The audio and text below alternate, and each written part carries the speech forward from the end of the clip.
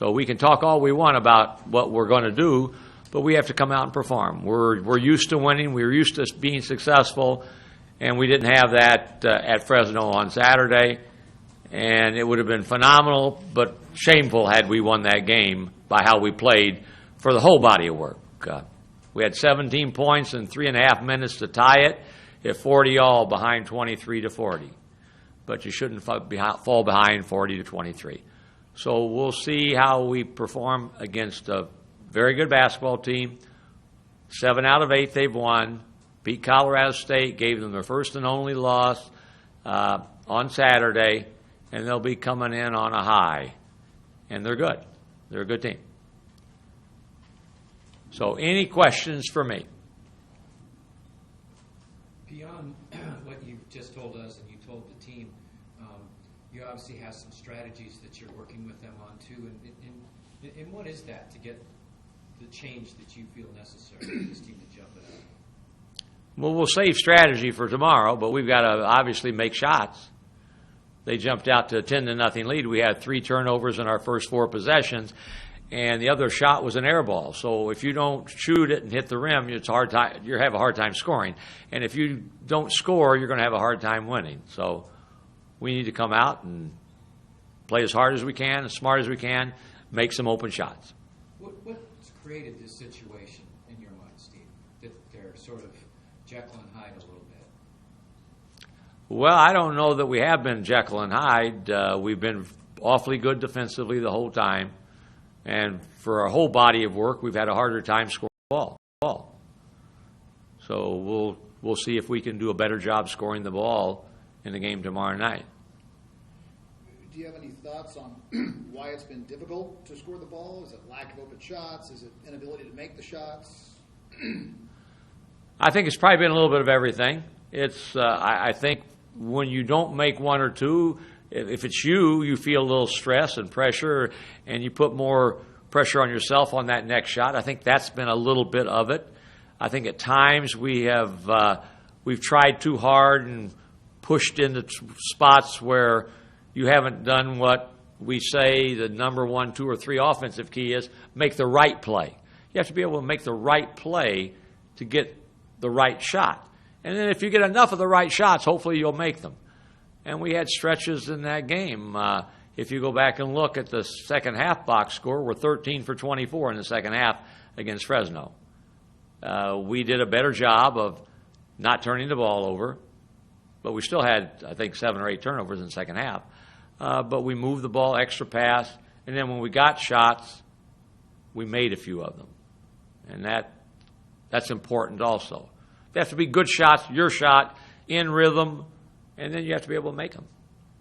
Steve, is there any thought that because defense is so heavily emphasized, which is an awesome thing, that mentally they have problems transitioning to the offensive side of the court, or they're so gassed physically from such a strong defense that it's just not happening offensively?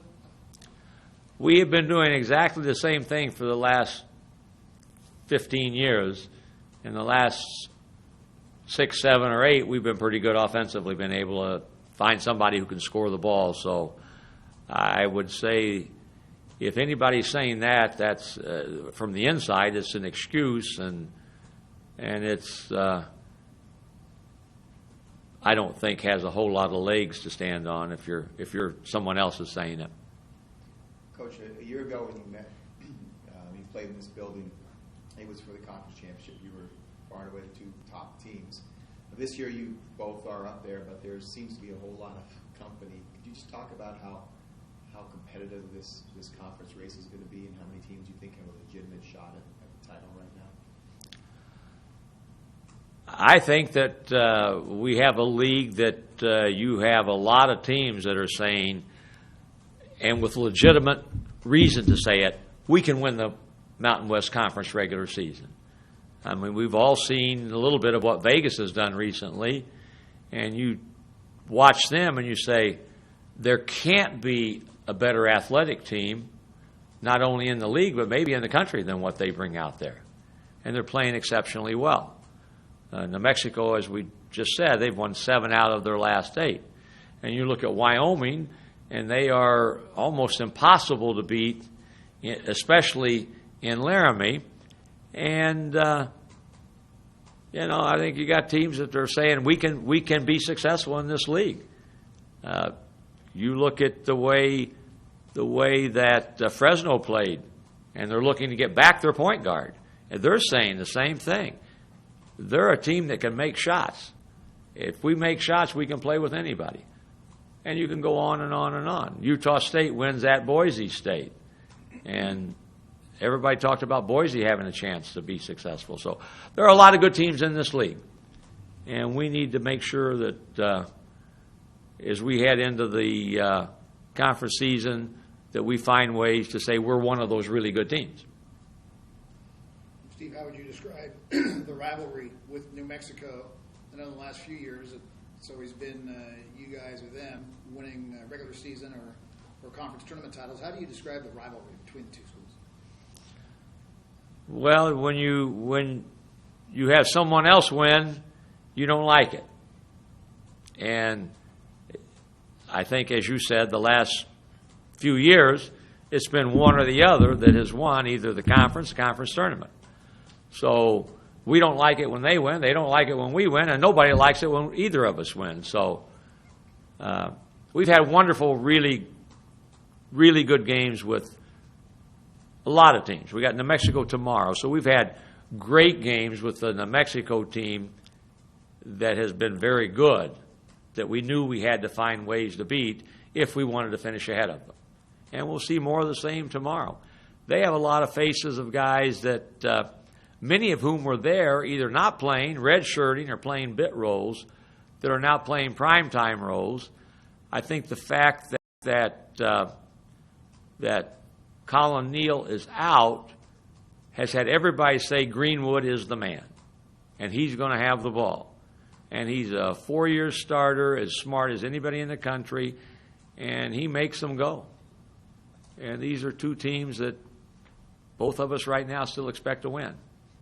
So we'll see tomorrow, and their fans travel well. So when we go to conference tournament, they're going to be there en masse. We've been traveling well. And it's a nice, aggressive rivalry that has turned out to be one or the other the last several years who's going to wind up ultimately winning the title. Coach, you talked about this a little bit the other night, but I wonder if you could expand. What do you expect from them in terms of their mindset after what happened to them in this building? They obviously probably thought they had the conference won up 12 points, or up 16 points with 12 to go, and they didn't win it. What do you expect from them in terms of their mindset? Well, I would think that they would remind them the right way of what happened and how it was not us, but it was them that prevented them from being the double crown. I mean, they talk about they won the conference last year. When, they won the conference tournament, and they had a sizable lead that they weren't able to hold on to. It happens to everybody. It happened to them at a time and a place where there was a whole lot riding on it, and they will be playing every possession like we want a piece of you because of what you did last year to us. And you have a banner that should rightfully be hung in the pit in New Mexico. And we have to come out and play possession by possession and say, you're in our building and it's hard to win in our building. Coach, how are you feeling about the rotations at this point that you've set up with the team? Are you feeling like you still need to do some tweaking with that? Or do you like where things are? Or what do you think about that right now? With our team? Yeah. Well, when you don't have success, you don't like what you see. So I've never my whole life, from a 8-year-old who played to a guy now that's had knee-jerk reaction to anything. I'm a patient guy, but the bottom line is the bottom line, and you got to have results. So we think we put the right kind of pressure on them. We accent the positives, but you have to perform, and we've had too many times where we haven't performed up to standards, and when you don't do that, there's a good chance you won't have the success on the scoreboard either. So we're not happy with not winning. Yeah. It seems like back end, adds something different to the team that nobody else brings exactly. How does he fit into the overall picture of the team right now? Well, we've had Shrigley since Maui. He missed 3 or 4 games with the fractured elbow, and Matt's a shooter and a scorer. Matt wasn't shooting it well and scoring it until he made, I believe, 3 threes against Air Force, and then he made 4 out of 5, I think, against Fresno. That's what we expect Mac to do. We expect him to shoot open shots and make a good share of them. JJ, when you were last week before, as you pretty much predicted that every game was going to be crazy and close, and you won one against Air Force. This last one, you kind of got away from you in Fresno. What are your thoughts now after those 2 adventures? Just reinforcing what I said earlier, that every game's going to be a battle. It's a pretty even playing field in the Mountain West right now, so we just got to continue to fight. Coach Fisher was in here and was suggesting that you guys lost to a team you should have beat. Do you have the same feelings? Yeah, we didn't come out to play. We weren't focused enough. So, a team that most people thought we should have beat, but we didn't. Every game it's not a gimme that we should beat anyone. Because every team is going to come out to play. We all basketball players. No one wants to lose. So, I guess I don't think any game is a gimme. I just want to reiterate myself with that one. You feel like you guys overlooked Fresno State a little bit, or kind of went in with a, I don't want to say lackadaisical, but just didn't maybe take them as seriously as they needed to be taken? No, because we approached every practice, every shoot around seriously, and I don't think it was a disrespect to them. It was pretty much more on us. As a group, I felt like we were pretty focused. They came out with it was hitting some tough shots, we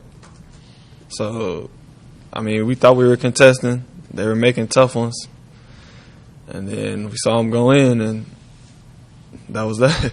We couldn't do nothing. We couldn't do nothing about it. When we get to reset, talk about New Mexico in your house, back home tomorrow night. Pretty big game. You guys have been big rivals, the last couple of years for sure. So Yeah. Tell us what your thoughts are. Yeah, it's a big rivalry. We take it very seriously. Every game is serious, but this one we definitely looking forward to. Since we did win the Mountain West Championship last year against them, and every time we play them, it's always a tough game. And I know they got a couple players back from last year, Greenwood and Delaney, and it's going to be a good one. We definitely ready for it. JJ, how would you describe the rivalry with New Mexico? It's been a great one. We've had great games over the past few years. They always come ready to play. It's been a home and home battle a lot. We've been winning here, they've been winning there. So we got to protect our home floor. Aqeel, do you feel like with what happened here last year, winning the regular season title, they blow a 16-point lead? How fresh is that going to be on their minds? Will that be motivating them when they play Tuesday night? I think it's pretty fresh. Like I said, they got 2 guys from that last year team. I know they're pretty upset about not beating us here, being up 16. Anytime you give up a lead like that, it's pretty demoralizing. And it was a tough game at the end. It came down to a couple plays, and we made more. So I think anytime you lose a tough game like that, it's going to stick with you. Just how when Fresno comes back here, that game is for sure going to stick with us. You guys had a 17-0 run in the second half against Fresno State.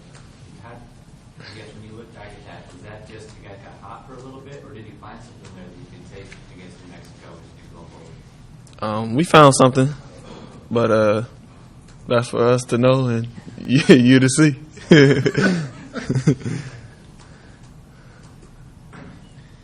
JJ, you played in this league for 4 years. You just mentioned it's pretty even right now.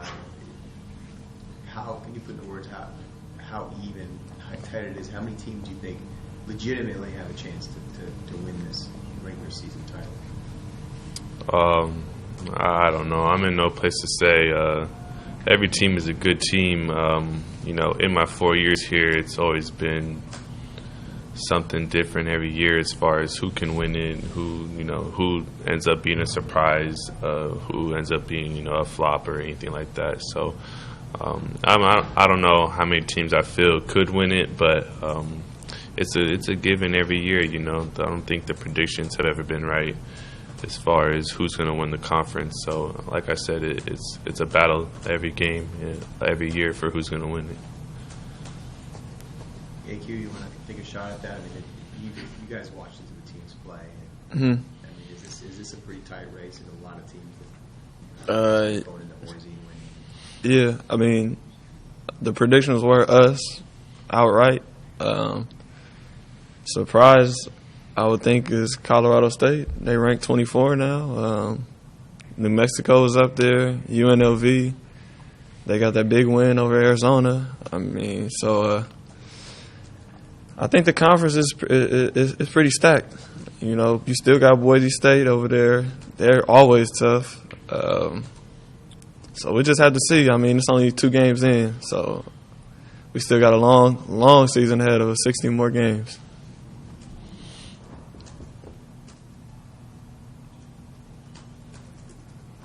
Anything else for the student athletes?